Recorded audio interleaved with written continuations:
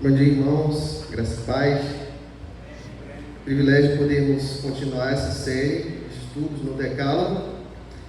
E na manhã de hoje nós iremos falar aqui sobre o quarto mandamento, o dia do Senhor. Nós iremos observar que ao longo da trajetória bíblica, da revelação, existe alguns degraus entre esse quarto mandamento e o que hoje nós chamamos de dia do Senhor, mas nós iremos observar como isso se comunica, como isso tudo se relaciona nessa aula de hoje, tá bom? Algumas referências eu coloquei aí para vocês terem a base bíblica, algumas a gente vai ler, outras não vai ler, para poder essa aula caber no tempo, E a gente vai estudando. Se os irmãos tiverem alguma dúvida, também podem perguntar, tá bom? Então eu gostaria de começar aqui com a leitura. Coloquei aqui a leitura para que todos pudéssemos ler juntos. Lembre-se do dia de sábado para o santificar. Esse texto aqui, irmãos, está em Êxodo capítulo 20, versículos 8 a 11. Lembre-se do dia de sábado para o santificar. 6 dias você trabalhará e fará toda a sua obra, mas no 7º dia é sábado dedicado ao Senhor, seu Deus. Não faça nenhum trabalho nesse dia, nem você, nem seu filho, nem sua filha, nem seu servo, nem sua serva, nem o seu animal, nem o estrangeiro das suas portas para dentro. Porque em 6 dias o Senhor fez os céus e a terra, o mar e tudo que neles há, e ao 7º dia descansou. Por isso o Senhor abençoou o dia de sábado e o santificou. Agora, queridos, nós iremos fazer algumas reflexões iniciais com relação a esse texto que nós iremos trabalhar. Como já mencionado, é o quarto mandamento. E fica muito claro quando a gente lê esse quarto mandamento que existe uma guarda cuidadosa do que na leitura vocês leem como sábado, mas aqui inicialmente nós iremos chamar de Shabá, Shabá é o termo que é utilizado ali no início, e depois a gente explica melhor o porquê. Mas esse termo Shabá, ele não tem um significado tão restrito quanto a palavra sábado para nós, certo? Para nós, sábado é ali o 7º dia da semana. O termo Shabá pode significar, mas ele é mais amplo do que o nosso termo para sábado, tá? Aqui é esse termo que nós iremos nos referir, tanto a esse sábado que está aí no quarto mandamento, como ao que a gente vai se referir ao dia do Senhor, e nós iremos entender o porquê. Mas antes da gente entender por que falar desse mandamento, quais são os aspectos, a gente precisa refletir qual o sentido desse mandamento para nós hoje. Por quê? Para muitas pessoas, esse mandamento ele não deve mais ser observado, ou para outras pessoas ele deve ser observado exatamente como está na lei de Moisés, e para outras pessoas não. O significado dele é o mesmo, mas existem certas coisas que foram cumpridas e que foram ressignificadas em certo sentido. Então nós iremos discutir isso. Nós devemos considerar o domingo sendo o Shabá. A Bíblia exige que o cristão observe um dia em 7, ou todos os dias são iguais. A indicação do domingo para adoração é uma mera questão de necessidade de a igreja concordar em ter um dia para adoração. Então essas são algumas perguntas possíveis que nós tentamos refletir. Mas antes, eu queria ilustrar com uma parábola o que a gente vai falar nessa aula. Era uma vez um reino em que tinha um rei muito bom, e esse rei decidiu construir um parque muito bonito. Esse parque tinha um anfiteatro onde as pessoas podiam se reunir com uma certa frequência e celebrar, mas ele também tinha árvores de diversos tipos, bosques, rios com águas cristalinas, fontes com águas cristalinas. Mas uma certa vez esse rei precisou se ausentar dessa cidade, porque ele precisava cuidar de outras obras do reino. E ele colocou pessoas responsáveis para administrar esse parque.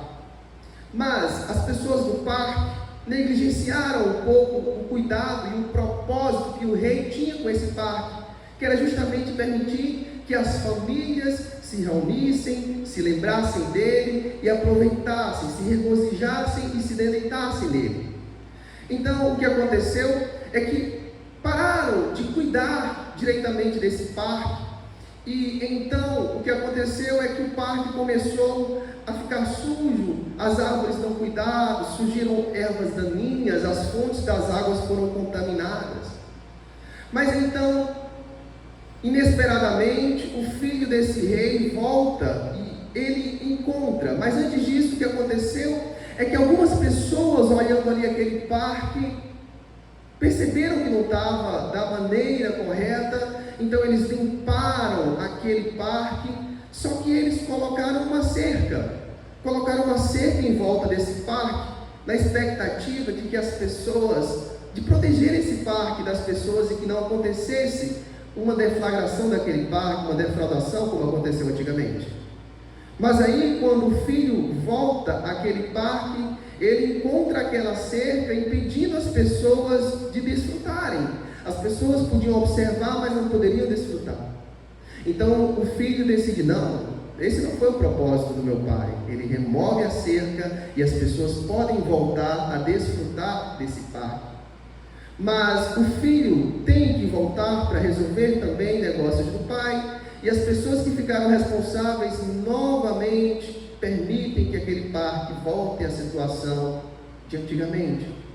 Alguns mais tradicionais queriam que aquele parque voltasse ao seu propósito original, enquanto outros, aproveitando que o parque estava pouco habitado, as pessoas perderam o interesse, porque o parque já não tinha mais as características originais, começaram a empreender nesse parque, colocando atratividades e outras coisas que não eram do propósito original. Mas algumas pessoas lembraram-se do propósito original e tentam fazer com que esse parque volte ao seu sentido original. Esse parque ilustra a figura do sábado, né?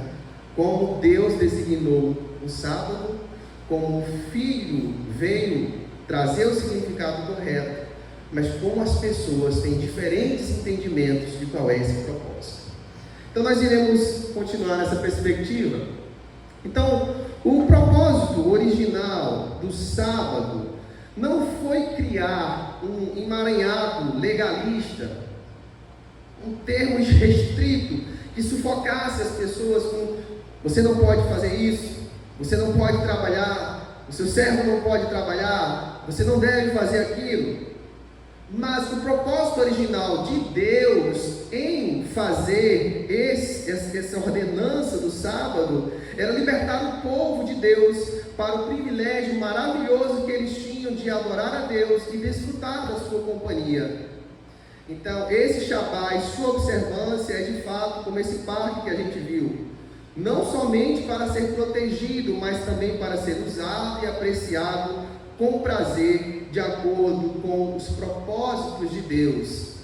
É isso que expressa muito bem Isaías 58, 13 e 14. Quem quiser acompanhar comigo, Isaías 58, 13 e 14. Esse é um texto que se refere ao sábado, mas ele traz uma significação, uma explicação. Isaías 58, 13 e 14. Se desviares do teu pé do sábado, de fazeres a tua vontade no meu santo dia, e de chamares ao sábado deleitoso, e o santo dia do Senhor digno de honra, e honrares não segundo os teus caminhos, nem pretendendo fazer a tua própria vontade, nem falares as tuas próprias palavras, então te deleitarás no Senhor, e te farei cavalgar sobre as alturas da terra, e te sustentarei como herança de teu pai Jacó, porque a boca do Senhor o diz. Então esse é um contexto em que os judeus, eles estavam ali focados em seus comércios, em suas atividades de lucro e de ganhar dinheiro. Então, Isaías, sabendo que eles estão se deleitando nessas coisas e não no Senhor, ele volta a chamar a atenção para o santo dia do Senhor, falando que ele é um dia em que é possível ter deleite, falando que ele é um dia para ser honrado, e além disso, as pessoas que guardarem esse dia, eles serão de uma certa forma recompensados. Mas quando nós olhamos para esse dia que o Senhor instituiu, há por parte dos estudiosos alguns que acreditam que esse dia foi instituído exatamente ali onde nós lemos nos 10 mandamentos, na lei de Moisés. Mas a verdade é que a instituição do sábado, ela é bem antes e ela remete à própria criação de Deus. Lá em Gênesis, no capítulo 1, nós observamos, lembramos de que Deus realizou sua obra criadora, ele criou o mundo nos 6 dias, o mundo e tudo quanto nele há. E isso também é relembrado quando se fala do sábado no contexto de Moisés instruindo o povo. Quando nós saímos de Gênesis 1, que relata a criação, e nós passamos para o capítulo 2 de Gênesis, então o foco de Moisés relatando é mostrar o relacionamento do homem com Deus. E exatamente em Gênesis 2:3, nós temos aí o que é a primeira instituição do Shabá. Leiam comigo Gênesis 2:3. Deus já havia acabado, observe que a partir do versículo 2 aí, e havendo Deus acabado no dia 7º a obra que fizera, descansou no 7º dia de toda a sua obra que tinha feito. E abençoou o dia 7º e o santificou, porque nele descansou de toda a obra que Deus criara e fizera. Então observe que aquilo que Moisés está trazendo para o povo, ali no contexto dos 10 mandamentos, é algo que o próprio Deus havia criado, assim que ele faz a sua obra, e ele está tratando ali do relacionamento com Deus.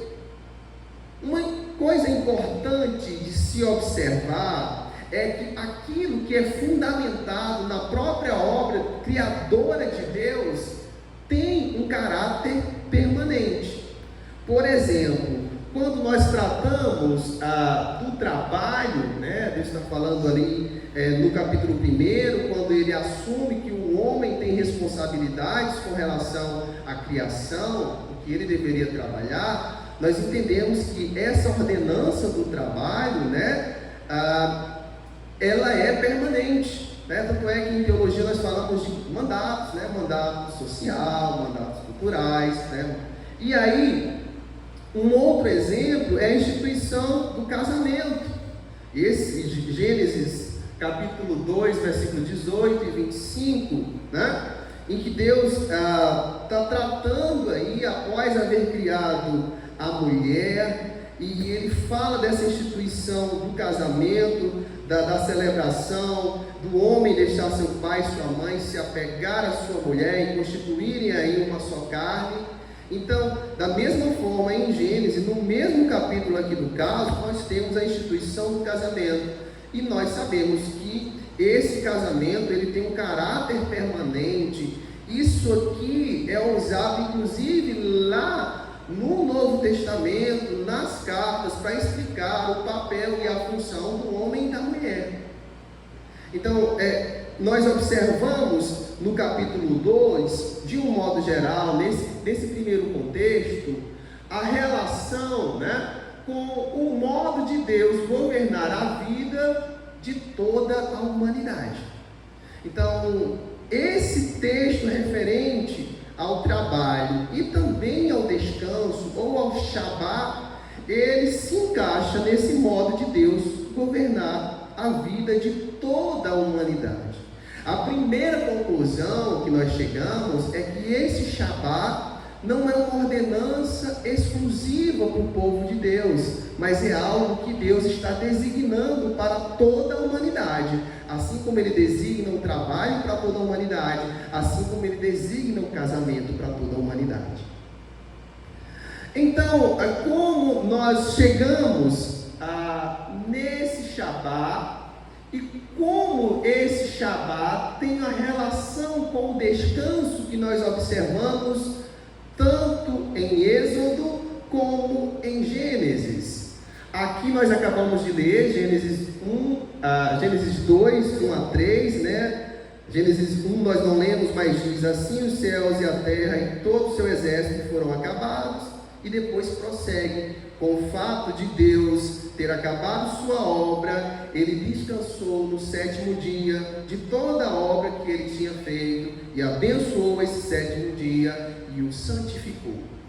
Então, a palavra Shabá, que ela tem a ver com descanso, essa palavrinha aqui para Shabá, que é traduzido no primeiro momento como sábado, ela deriva, né? Essa palavrinha, observe aqui, mesmo sem saber hebraico, como ela é semelhante a essa palavrinha aqui. Essa palavra Shabá, ela deriva da mesma palavra usada para descansar. É como se elas fossem sinônimas. Por isso que eu falei que esse Shabá não é restrito ao sábado como a gente entende, mas ele tem uma relação com descanso. Até aí tudo bem? Mas esse descanso também não é exatamente esse descanso que a gente costuma entender. O que a gente pensa em descanso? Sei lá, parar de fazer as coisas e tirar uma soneca. Mas esse descanso de Deus é um descanso ativo. Nós observamos que Deus não parou porque estava cansado.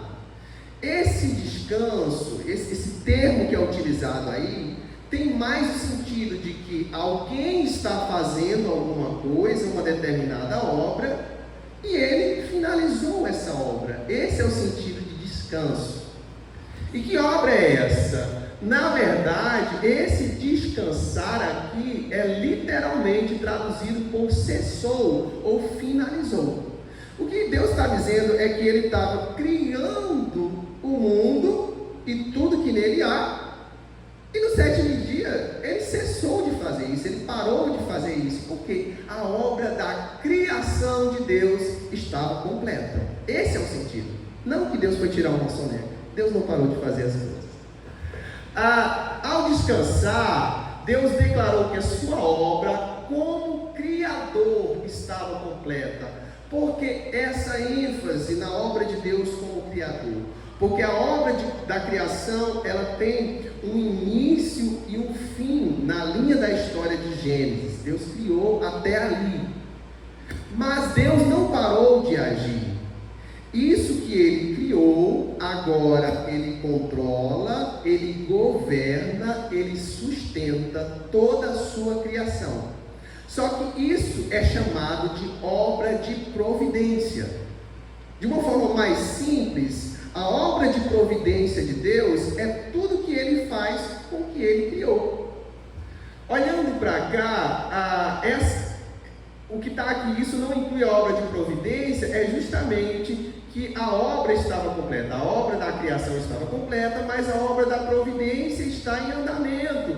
Nós observamos isso em João 5,17, inclusive no contexto ali do sábado, do Shabá, em que Jesus fala que o meu Pai está trabalhando até agora e eu também estou trabalhando. Isso é o modo de Deus governar o mundo. Deus está governando.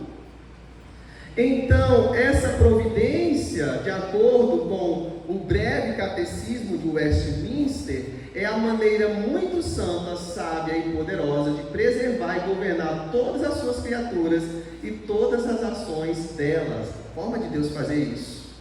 Então, pela providência, Deus governa aí os processos da vida. Que processos são esses? Os ciclos da vida, as fases da vida, o crescimento, a concepção, a morte também.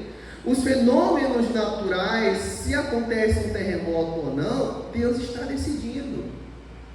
Embora nós possamos influenciar nas causas naturais, no final das contas elas só acontecem de acordo com a decisão e providência de Deus.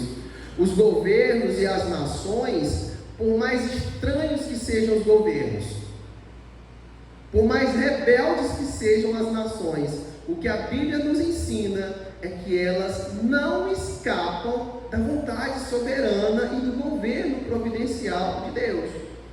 Por exemplo, Deus usou a Babilônia, uma nação rebelde e incrédula, para fazer, de uma certa forma, o que ele pretendia dentro dos planos para Israel.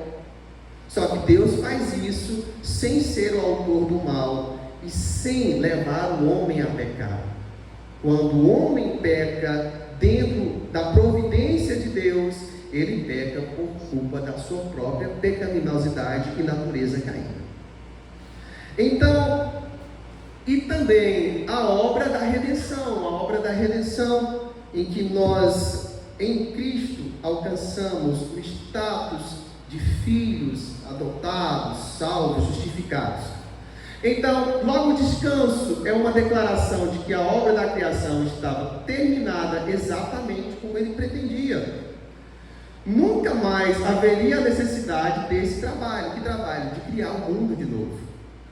É um mandato à adoração de Deus como Criador dos céus e da terra.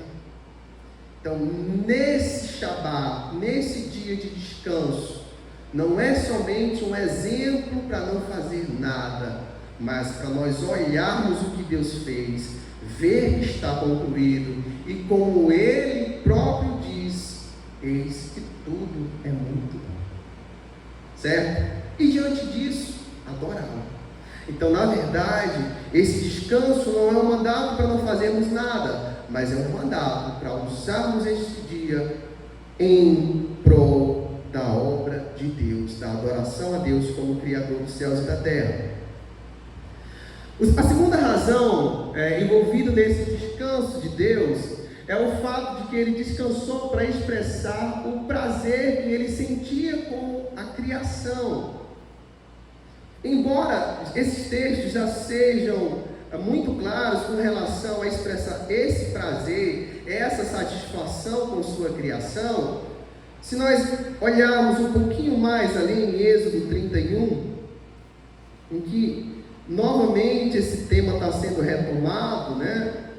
Então, a lei ela é prolongada, mas em alguns momentos essa lei é retomada, é ensinada, e isso é comum na Bíblia, né? Moisés institui a lei, ele mesmo reforça essa lei, por exemplo, lá em Deuteronômio, os profetas voltam a explicar essa lei, e parece que está falando de coisas diferentes. Não, está sendo explicado, de acordo com um determinado contexto, aplicado. Então, por exemplo, em Êxodo 31, 15 a 17, 6 dias se trabalhará, porém o 7º dia é o sábado de descanso, santo ao Senhor. Qualquer que no dia de sábado fizer algum trabalho, certamente morrerá. Guardarão, pois, os sábados os filhos de Israel, celebrando o sábado, observe, nas suas gerações, por aliança perpétua. Vamos ler só um pouquinho mais. Entre mim e os filhos de Israel será um sinal para sempre, porque em 6 dias fez o Senhor os céus e a terra, e ao 7º dia descansou. E o texto vai falar aí dele se alentar, certo? Então, esse texto nos diz, né, que Deus se alentou na sua criação. Em primeiro lugar, Deus não descansou porque ele estava cansado, é o que está aí, o que diz em Isaías 40, 28, Deus não cansa, Deus não se fatiga. E o que é esse alento de Deus? É o fato de Deus expressar uma alegria quando ele contempla a perfeição de tudo que ele havia feito, tá? É o que nós lemos ali em Gênesis. Ele olha para o que ele faz e ele fica satisfeito, ele diz que é bom.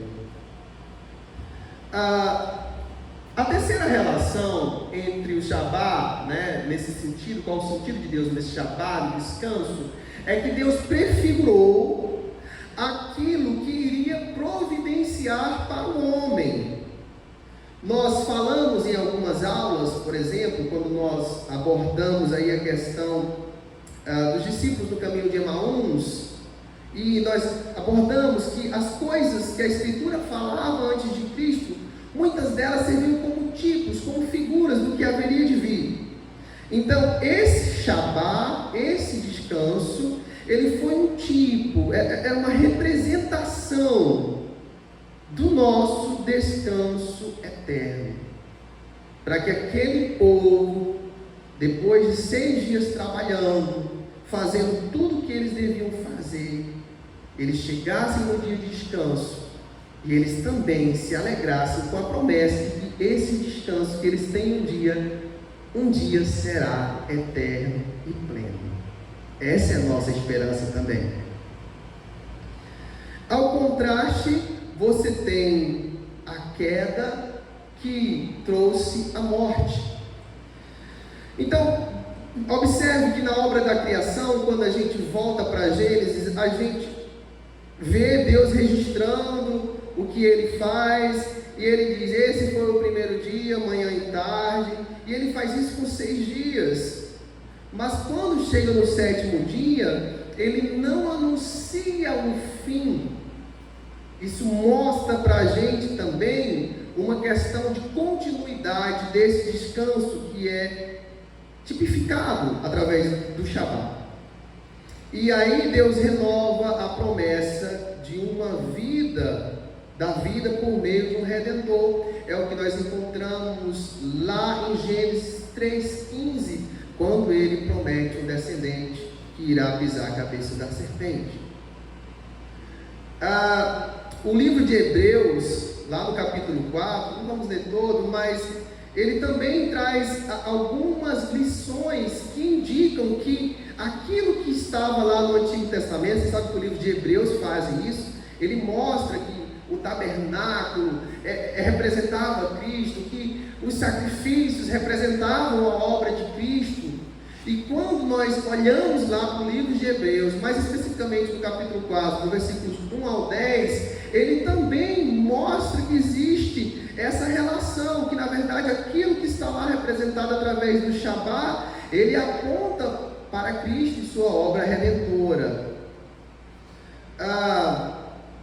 Deus, na verdade, é o todo-poderoso Criador, e quando em Gênesis ele fala de descansar, indica que ele completou a sua obra da criação. Isso tem que estar claro para a gente. Só que o sentido é ainda maior, porque como Criador, ele também tem poder para governar toda essa obra. Quando nós olhamos Gênesis 1:1, o que está lá? No princípio criou Deus os céus e a terra. Esse verbo criar, no seu contexto original, que é esse verbozinho aqui, parar, ele também não tem um sentido tão restrito como a gente às vezes imagina.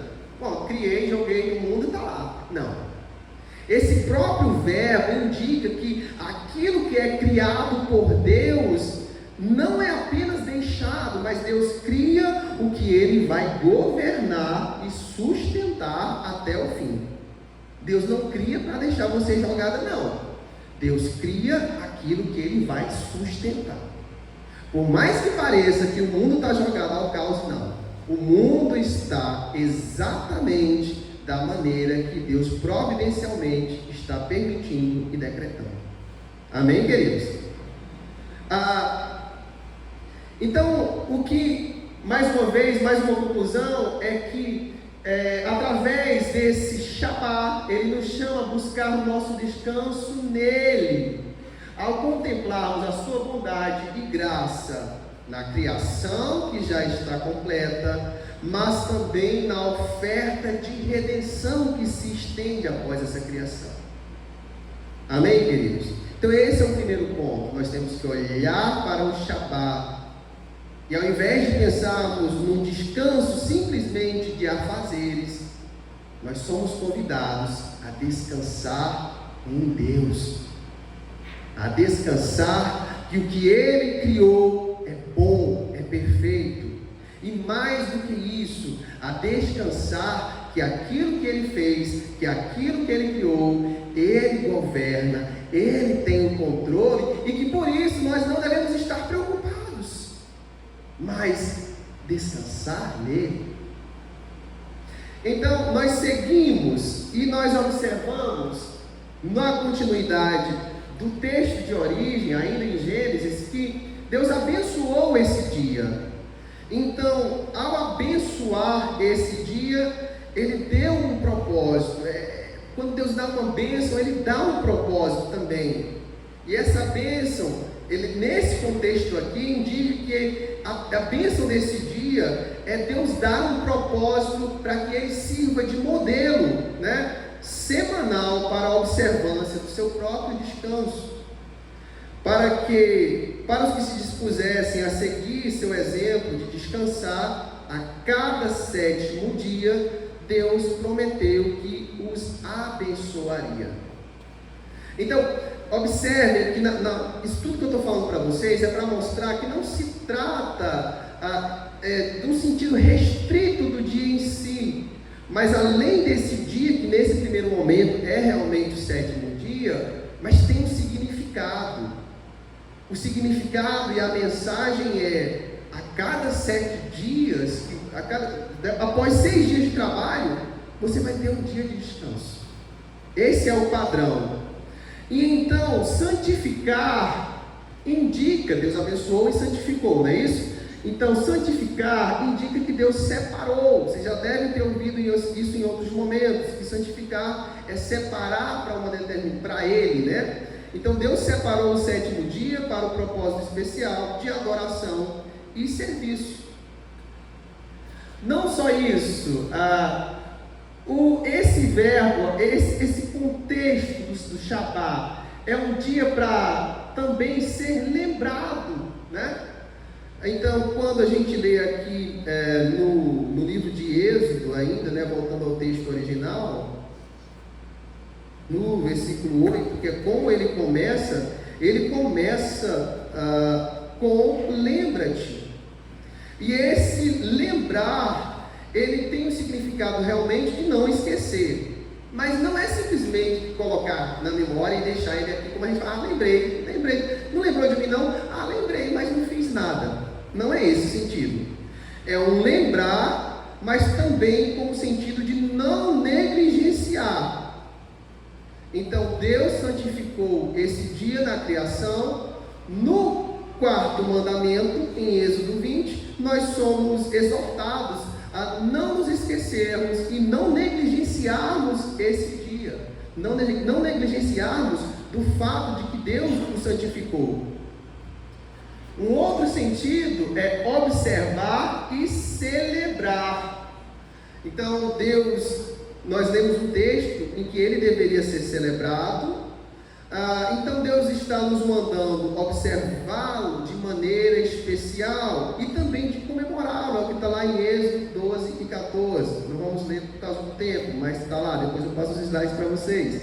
Também outro exemplo, lá em Êxodo 3. Não somente observar, não somente lembrar, mas não negligenciar, guardar, celebrar. Lá em Deuteronômio, quando ele está repetindo, ele adiciona esse texto e essa expressão, guardar esse dia.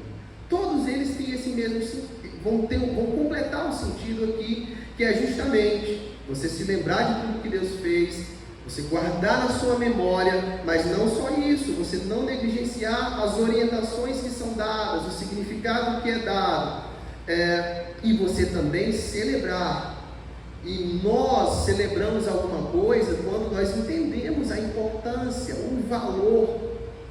E nós conseguimos celebrar quando nós encontramos esse descanso em Deus, que é motivo de alegria maior do que descansar em Deus.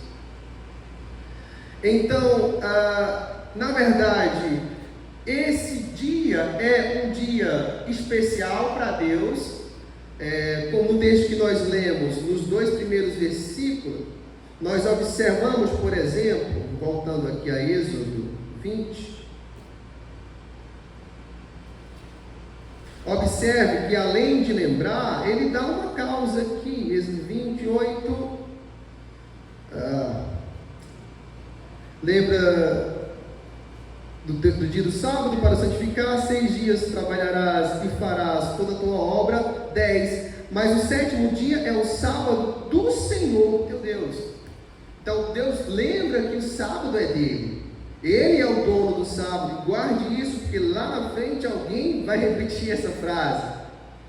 Então o fato desse sábado ser de Deus, é direito do Senhor, indica que ele também pode nos dizer como nós devemos desfrutar dele, usufruí-lo.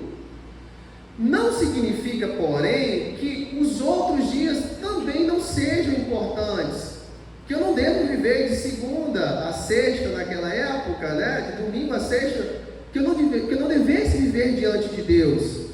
Mas Deus separou um dia especial, essa é uma mensagem muito clara. Então, uma forma de guardar esse santo dia é descansando em Cristo.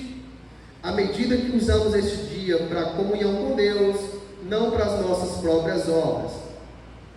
E é importante que fique claro aqui, que a questão principal não é apenas o que nós podemos fazer e aquilo que nós não podemos fazer.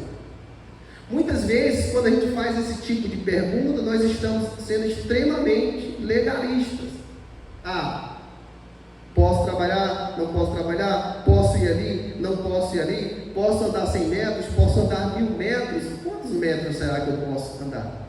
Esse tipo de especulação minuciosa do que pode ou não pode fazer, não deve ser o que está primeiro em nosso coração.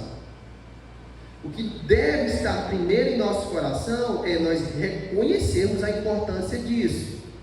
Reconhecermos o ensino e o significado disso, e diante disso nós tomarmos as decisões do que podemos ou não fazer.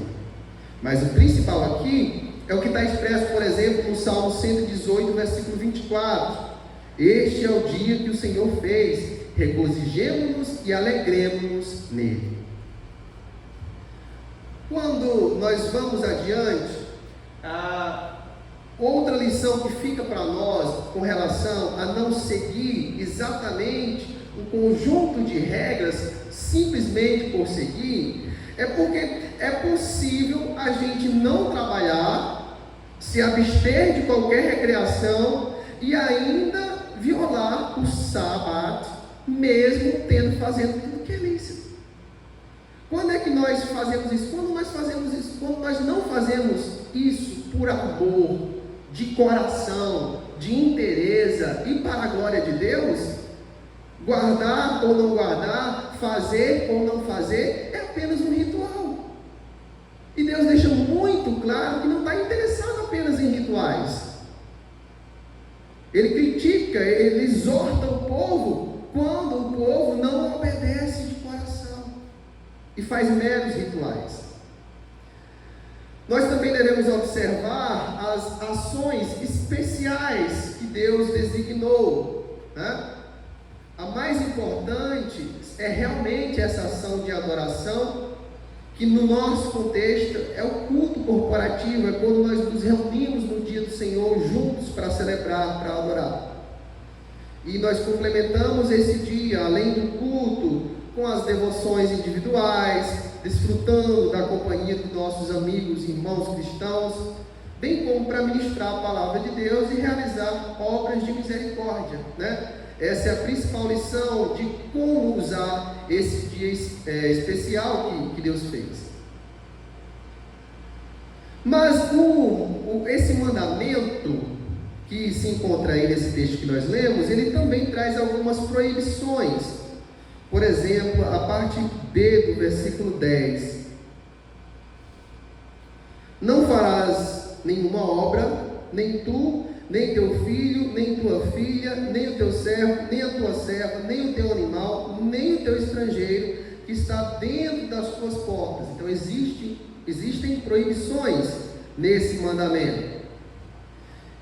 E é natural do ser humano, quando a gente fala não pode fazer, a nossa natureza caída já acha ruim, né? Mas a ideia de Deus aqui, mesmo as proibições que são legítimas, elas não têm a intenção primária de roubar o nosso prazer de fazer aquilo que a gente deseja. Pelo contrário, quando ele está dando essas proibições, é justamente uma forma de nos deixar mais livres para o maior desfrutar do dia de deleite. Como você vai se deleitar no Senhor, fazendo serviço doméstico o dia todo, tirando o dia todo para você lavar a roupa que você não lavou na semana, ou deixando para ir fazer, adiantar a obra da sua casa, porque você quer simplesmente se apressar para fazer? Como você vai se deleitar no Senhor, enchendo sua vida de afazeres? Então, isso que Deus fez ao dizer não faça isso, não trabalhe dessa forma, era uma forma prática para aquele povo ter esse tempo livre para o mais importante, que é desfrutar e se deleitar no Senhor.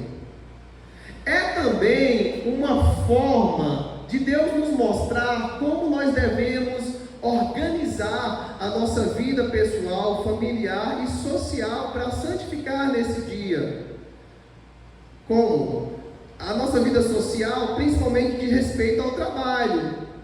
Então, na verdade, esse trabalho, que aqui era um pouco mais específico para aquele povo, para o contexto daquele povo, mas nós podemos entender que nós devemos organizar todos os tipos de trabalhos, né?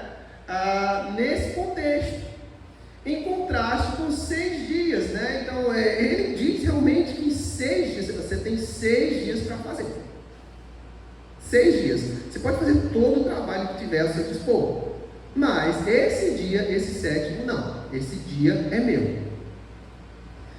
Familiar, e aqui cabe uma aplicação muito prática para nós. Os pais, de um modo geral, eles tanto devem ser exemplo de organizar a própria vida para desfrutar do Shabat, como eles devem criar as condições para o descanso dos filhos. Meu filho depende de mim, a agenda do meu filho depende de mim. Estou profetizando, né? Lá na frente voltei, se Deus quiser. Mas quem tem filho sabe que a vida dele depende de você. O que ele vai fazer no dia, você tem que se organizar. Então, assim como você é responsável por garantir o seu Shabat, você tem que criar as condições para que o seu filho também possa desfrutar. E não só isso. Às vezes nós não vamos fazer alguma coisa, mas já contamos que vamos pagar alguém para fazer, pensando, por exemplo, no empresário. Não vou fazer esse trabalho, mas eu quero esse trabalho de qualquer forma, então vou pagar alguém para fazer. Também não é por aí. Eu devo evitar o trabalho desnecessário dos outros para poder guardar o princípio. Então, por exemplo, funcionários. Será que aquele funcionário tem que fazer aquela missão exatamente naquele dia? Será que não dava para fazer nos outros 6 dias? Animais, a Bíblia fala até do cuidado com o descanso dos animais, com o descanso da terra. A terra precisa descansar, e mesmo quando a gente olha a sabedoria, a gente sabe que uma terra que é plantada todo ano, ela não vai ter a mesma produtividade. Planta uma roça de milho 6 anos seguidos e vê se a última colheita é igual à primeira. A terra precisa descansar. E observe a extensão desse mandamento, porque até mesmo as pessoas, na nossa linguagem, que estão fora da igreja, estão incluídas nesse processo. Quando ele fala, por exemplo, que isso se estende ao estrangeiro que vive ali. A verdade é que realmente existiam algumas pessoas que não eram do povo de Israel, mas que viviam ali por necessidade ou por alguma outra implicação mais prática da vida. Mas mesmo essas pessoas que não eram exatamente do povo de Deus, havia essa preocupação, mostrando aquele relato lá da criação e que se estende a todos os povos. Então, nós chegamos no Shabá como uma lei moral. A lei moral, que aqui a gente aprende que é resumida nos 10 mandamentos, é uma lei que reflete o caráter de Deus, que tem um caráter universal e permanente. Então, esse Shabá é uma lei moral porque, em primeiro lugar, ele está no decálogo. Segundo lugar, ele é abrangente, aí como nós citamos os forasteiros. Em terceiro lugar, ele é fundamentado na própria criação. O que isso significa? Em primeiro lugar, como lei moral, ele permanece como mandamento, ao contrário das leis cerimoniais e civis de Israel. Por exemplo, Israel não deveria comer carne de porco. Era uma lei ali daquele povo, né? Uma lei temporária. Existia uma série de leis com relação ao tabernáculo, leis cerimoniais, mas isso se cumpriu em Jesus, né? Encontrou um significado pleno. Essas leis, elas eram específicas para aquela época, para aquele contexto, tá? Um pouco mais complexo, mas para a aula de hoje é isso. Então, tem esse caráter de permanência.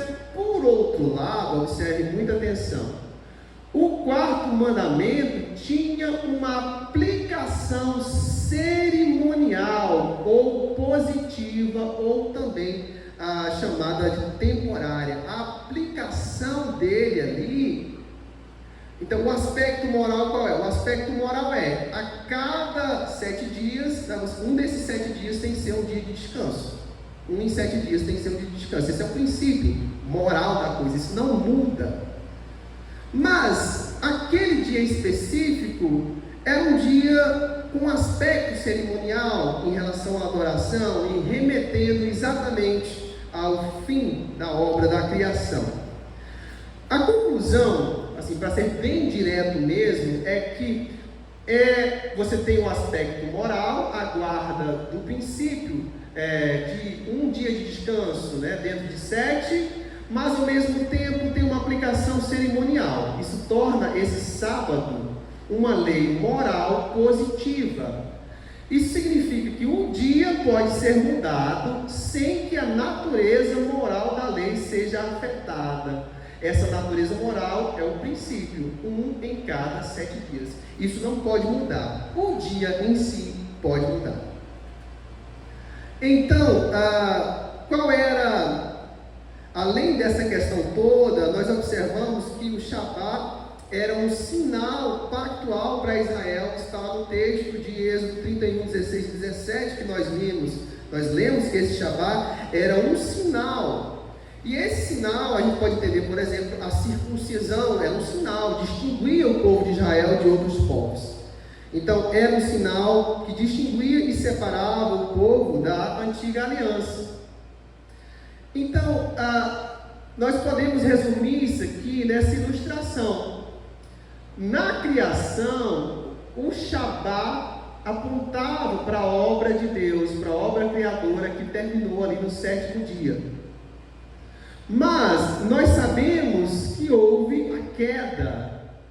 E com a queda, a gente tem o foco agora na obra da redenção.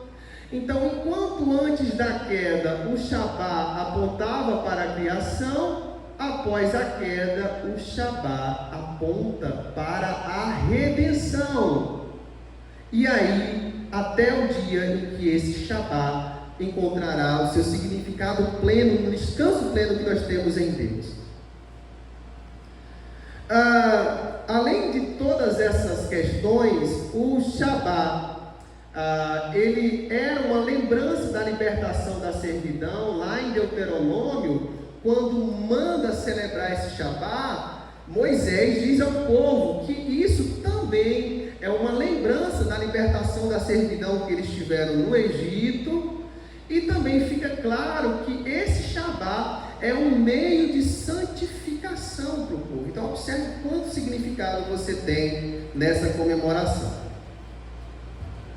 E aí nós chegamos no Shabá no Novo Testamento. E daí? Nós estamos falando de Shabá, sábado, sábado.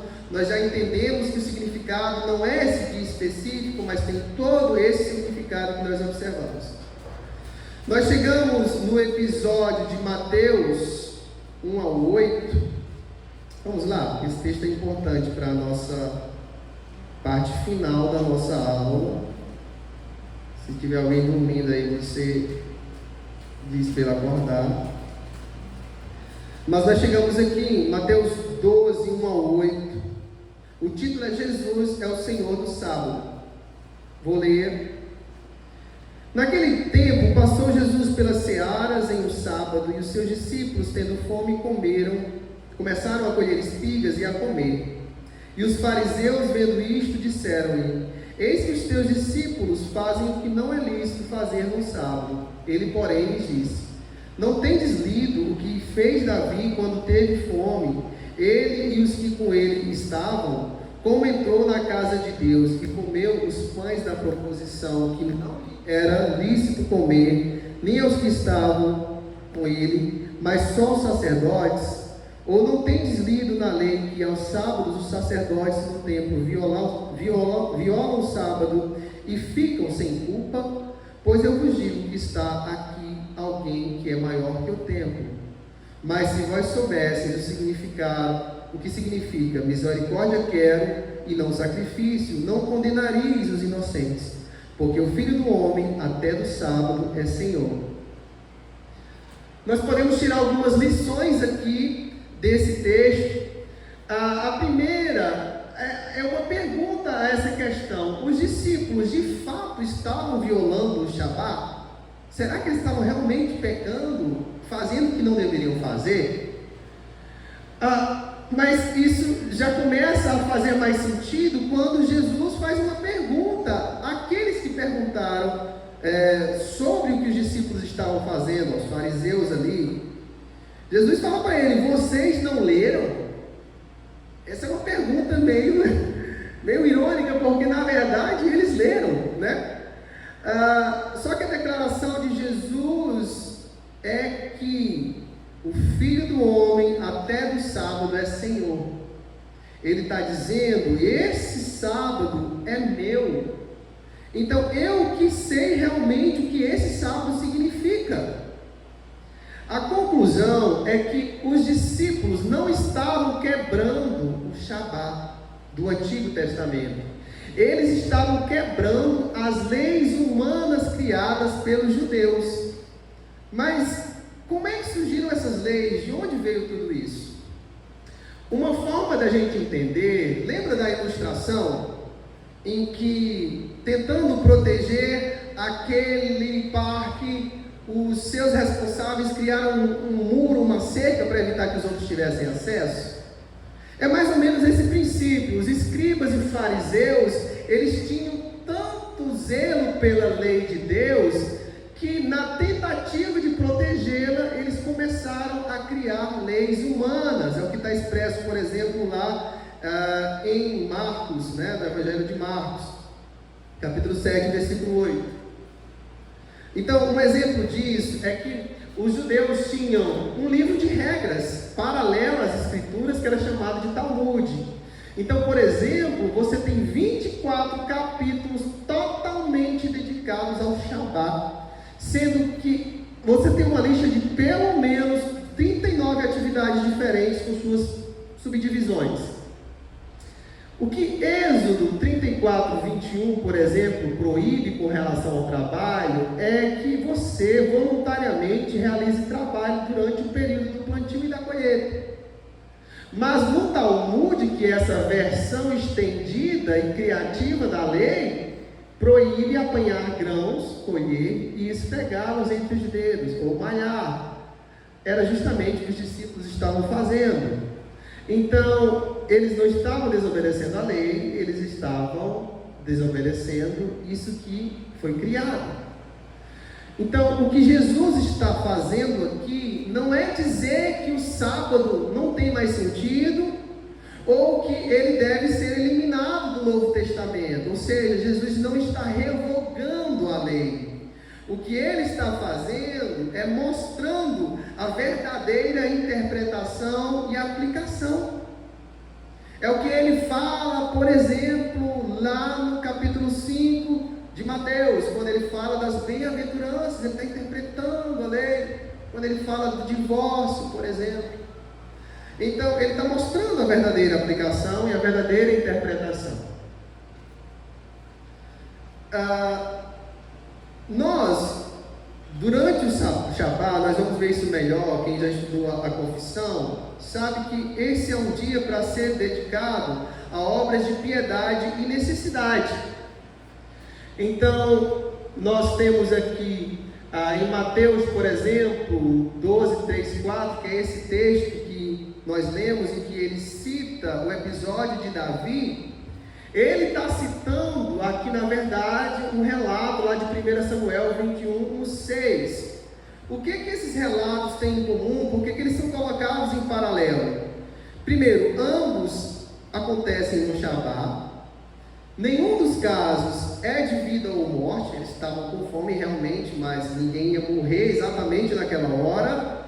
E tanto os companheiros de Davi quanto os discípulos de Jesus estavam com fome.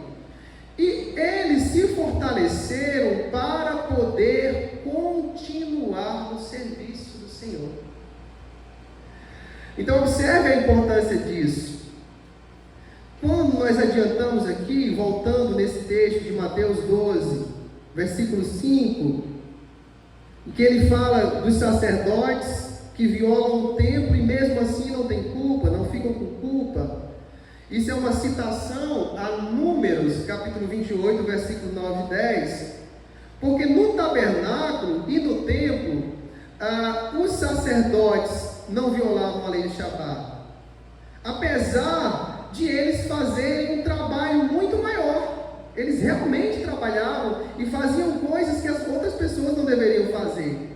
Só que o trabalho deles no Shabá era necessário para que o povo pudesse adorar a Deus. Por fim, nós chegamos aqui no versículo 6, em que Jesus, ele fala: eu sou maior do que o templo, porque os elementos do templo e os sacrifícios que eram feitos nele apontavam para Jesus.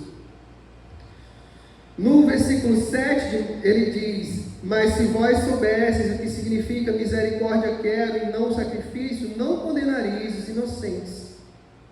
É também uma citação a Oséias 6,6, e mostra que, na verdade, Deus não procura um ritual sem coração, como nós comentamos, mas a adoração que parte do coração, pois a devoção verdadeira que ama a Deus e ama o próximo. Essa é a devoção verdadeira. Então, uma aplicação prática disso que nós acabamos de ler é que, por exemplo, nas nossas igrejas, muitos de nós seremos chamados a praticar esses atos de piedade para o cumprimento dos propósitos desse dia. Então, por exemplo, alguém tem que chegar, ligar o som, organizar os instrumentos, como muitas vezes já fizemos, arrastar um púlpito, substituir pelo outro, organizar alguma coisa lá dentro para as crianças, né? Mas observe, tinha em comum esses atos aqui.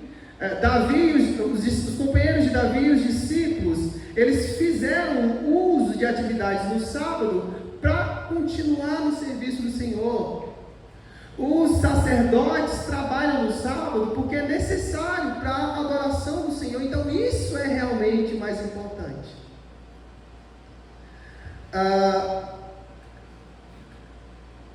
Então, nos demais contextos que não envolvem exatamente o que a gente faz aqui na igreja no domingo, a gente tem que se perguntar individualmente: será que realmente isso é necessário? Será que isso realmente é necessário?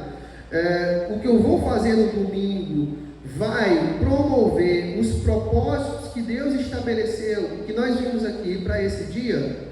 Cada um tem que fazer, porque cada um tem a liberdade cristã para tomar essas decisões de acordo com a palavra de Deus. E por outro lado, será que é só isso mesmo? Será que algum descanso ou alguma recreação estão fora das atividades?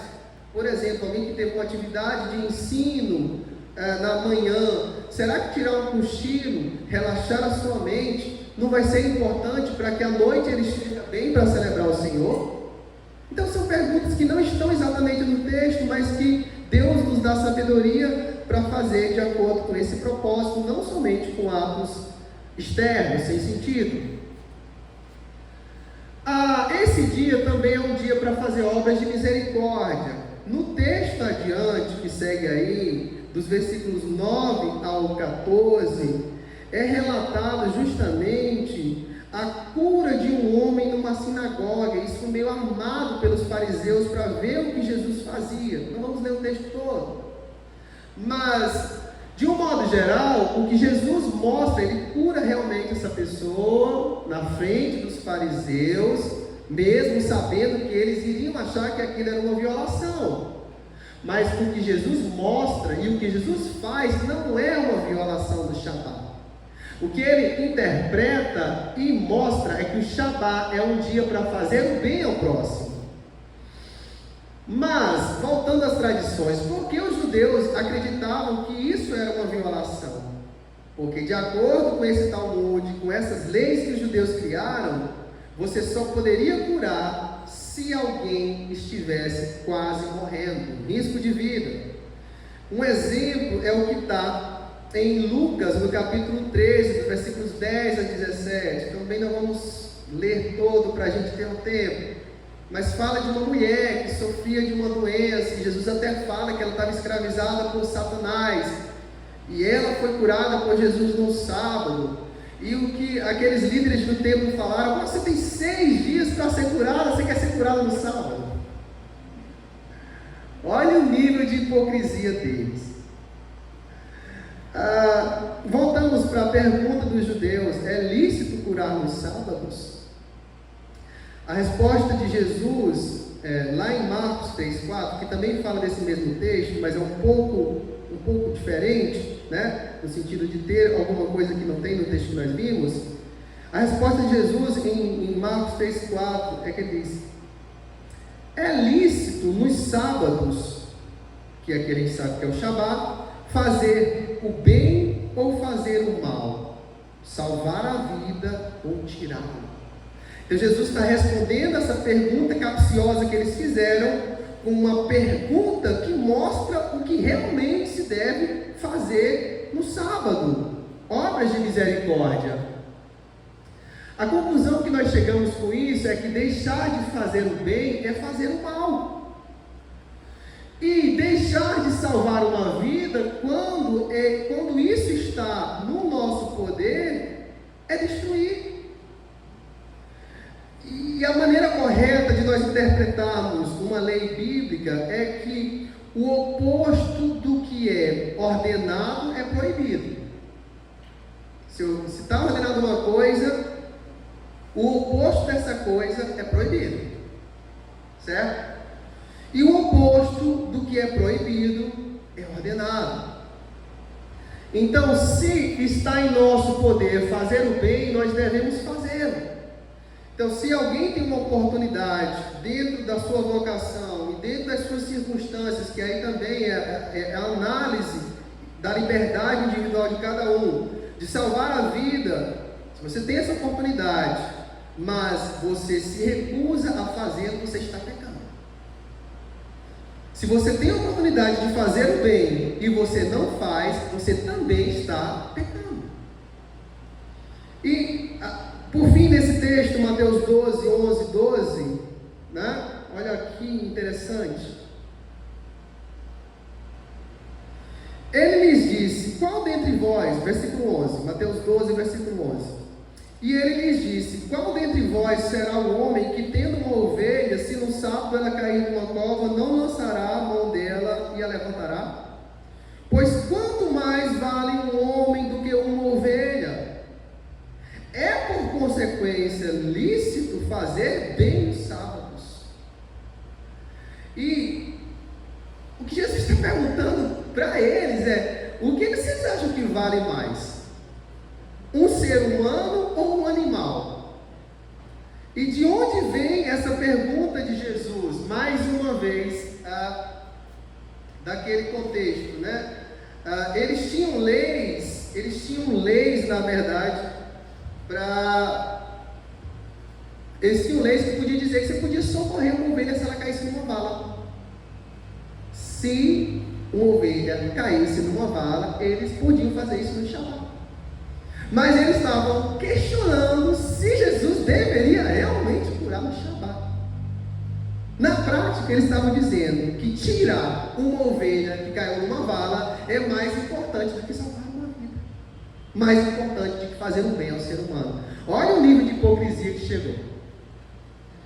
Então, uma aplicação prática disso é que as pessoas que trabalham para fazer o bem, né, aqui eu coloquei alguns exemplos, né, por exemplo, um médico, um enfermeiro, um farmacêutico, um dentista, um socorrista, bombeiros, quando usam isso para salvar as vidas, eles não estão violando o Shabat. Por outro lado, se você é médico e você quer marcar uma cirurgia que não seja de emergência só para ganhar mais dinheiro no Shabat, no domingo, você está pecando.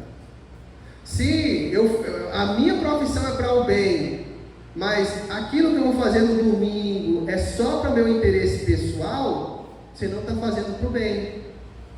É o que Isaías 58:13 fala, quando os judeus estavam usando o Shabat para o seu próprio prazer, que naquele caso era ganhar dinheiro.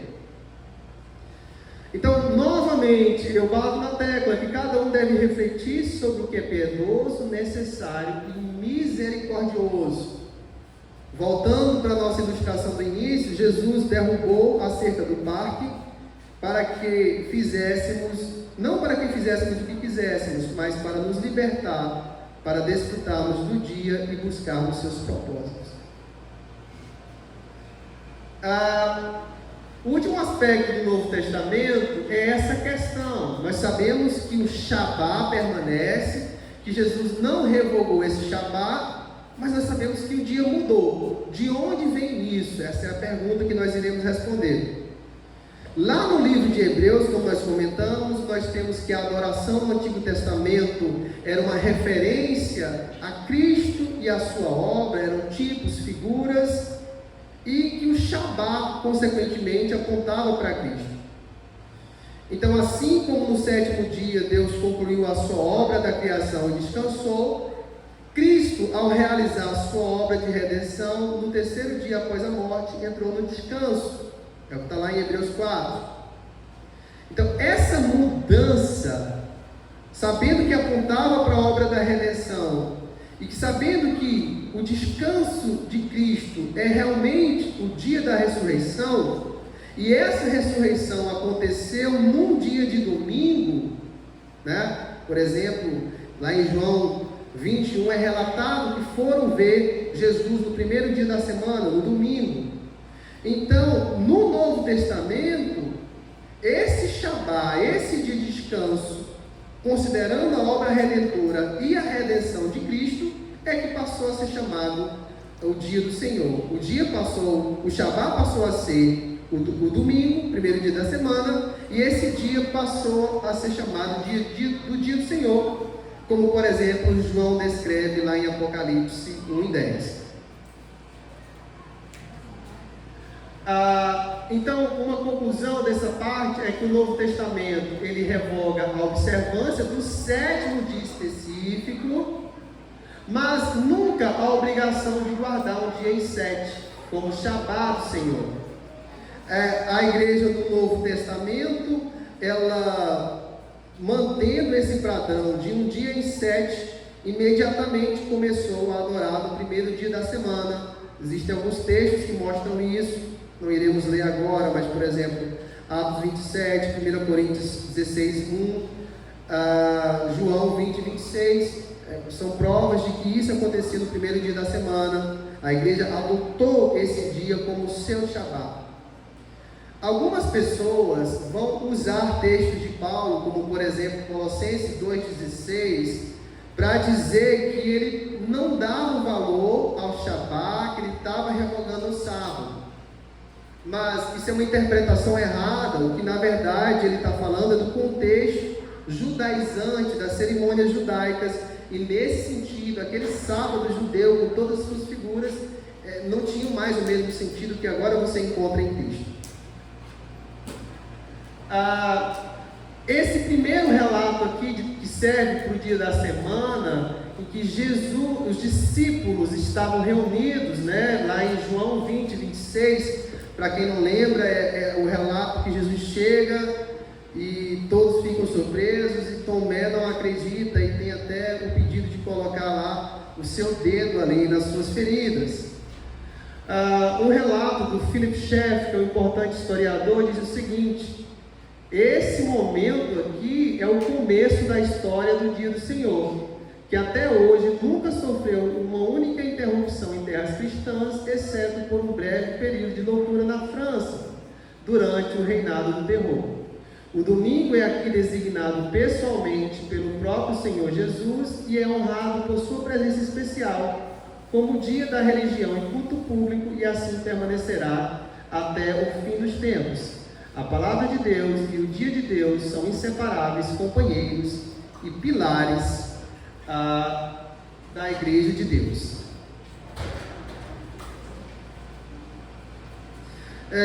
Nos nossos símbolos de fé, isso está registrado, essa seção, esse tema está registrado no capítulo 21, que trata do culto religioso e do domingo do Senhor.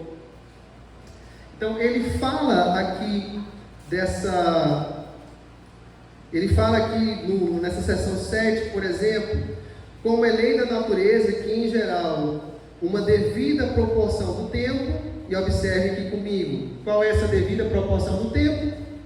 1 em cada 7 dias, seja destinada ao culto de Deus, à adoração. Também em sua palavra por um preceito positivo, moral e perpétuo, preceito que obriga a todos os homens em todos os séculos. Ou seja, como nós vimos, isso não é uma coisa exclusiva para o povo de Deus, mas fundamentado na criação, é estendido a todos. Deus designou particularmente um dia em 7 para ser o sábado, descanso, santificado por Ele desde o princípio do mundo até a ressurreição de Cristo. Esse dia foi o último dia da semana e desde a ressurreição de Cristo foi mudado para o primeiro dia da semana, dia que na Escritura é chamado de domingo ou dia do Senhor e que há de continuar até o fim do mundo como sábado cristão. Esses textos aí todos nós percorremos ao longo dessa aula. Basicamente eu repeti o slide, mas é isso aqui mesmo. Na seção 8 diz que esse sábado é santificado, ou seja, ele é separado ao Senhor quando os homens, tendo devidamente pregado os seus corações, tendo devidamente preparado os seus corações e de antemão ordenado os seus negócios ordinários, não só guardam durante todo o dia um santo descanso de suas obras, as suas próprias obras, palavras e pensamentos, a despeito dos seus empregos seculares e das suas recreações, mas também ocupam todo o tempo em exercícios públicos e particulares de culto e nos deveres de necessidade e misericórdia. Também vimos o que isso significa. Eu vou pular essa parte aqui, mas o Catecismo Maior e o Breve Catecismo, eles abordam esse tema, só para a gente ganhar o tempo, porque são perguntas e respostas práticas. Mas, por exemplo, a pergunta 115 do Catecismo Maior e a pergunta 57 do Breve Catecismo falam qual é esse mandamento que nós vimos. A pergunta 58 do Breve Catecismo, o que se exige no quarto mandamento, também explicamos. Pergunta 59, qual dos 7 dias Deus designou para esse descanso semanal? Como vimos, inicialmente o sábado, depois o domingo ou sábado cristão. Pergunta 60 do Breve Catecismo, de que modo se deve santificar o domingo? Trabalhamos isso. Pergunta 118 do Catecismo Maior, por que o mandamento de guardar o sábado, mais especialmente dirigido aos chefes de família e a outros superiores? Também vimos que os chefes de famílias e os superiores são responsáveis por organizar para que as pessoas que estejam sob sua responsabilidade possam também desfrutar desse dia. Quais são os pecados proibidos no quarto mandamento? Esse aqui é importante nós lermos. Toda omissão dos deveres exigidos, toda realização descuidadosa, negligente e sem proveito, e o ficar cansado deles, toda profanação desse dia por ociosidade, por fazer aquilo que é em si pecaminoso, e por todas as obras, palavras e pensamentos desnecessários acerca de nossas ocupações e recreios seculares. Aí entra o nosso bom senso e liberdade cristã de aplicar a palavra do Senhor e suas instruções nesse dia. Quais são as razões anexas? É o que está na pergunta 62. Os irmãos podem ler com calma, vou disponibilizar esse slide. O que significa essa expressão lembra-te? Nós vimos no início da nossa aula, está na pergunta 121 do Catecismo Maior. E eu vou finalizar a aula com algumas aplicações finais. Diante de tudo isso que nós vimos, muita coisa, mas a primeira conclusão é que o Shabá, ele tem os seus princípios na criação, e como lei moral, ele tem um caráter perpétuo e universal. Contudo, embora na criação você tenha esse Shabá apontando para a conclusão da obra de criação e o descanso de Deus, após a queda, o Shabá aponta para Cristo, encontrando pleno significado na obra da redenção. Como uma lei moral positiva, o princípio permanece. Mas o dia foi mudado para o dia em que Jesus ressuscitou e entrou em descanso de sua obra redentora, ou seja, o primeiro dia da semana, domingo, passa a ser o dia do Shabá cristão. Como cristãos, devemos lembrar dos princípios que Deus estabeleceu ao ordenar o quarto mandamento para assim guardar o dia do Senhor. E por último, as ordenanças e proibições desse dia não devem ser um peso para nós, mas nós devemos observá-la como uma oportunidade de nos deleitarmos e termos a alegria do privilégio de descansar no nosso Redentor. Nós descansamos já do que é trivial, das lutas, do suor do nosso rosto. Nós descansamos da dor, descansamos dos conflitos internos e da angústia.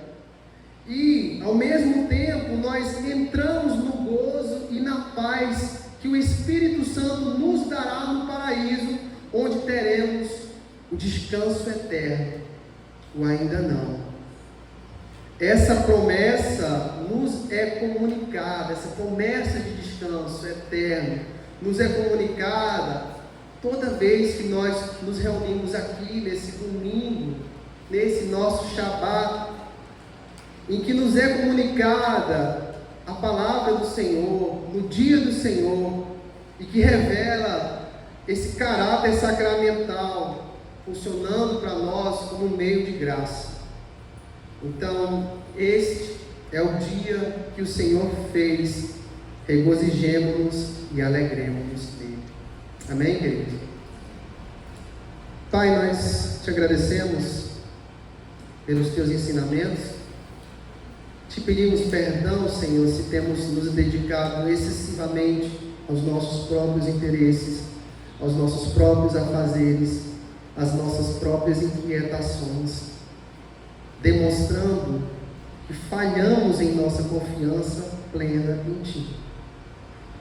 Mas hoje, diante de tudo que nós vimos, nós queremos descansar. Descansar na Tua promessa de redenção, descansar em Ti, desfrutar de tudo aquilo que o Senhor tem para nós, até o dia em que desfrutaremos plenamente do descanso eterno no Teu reino definitivo. Em nome de Jesus.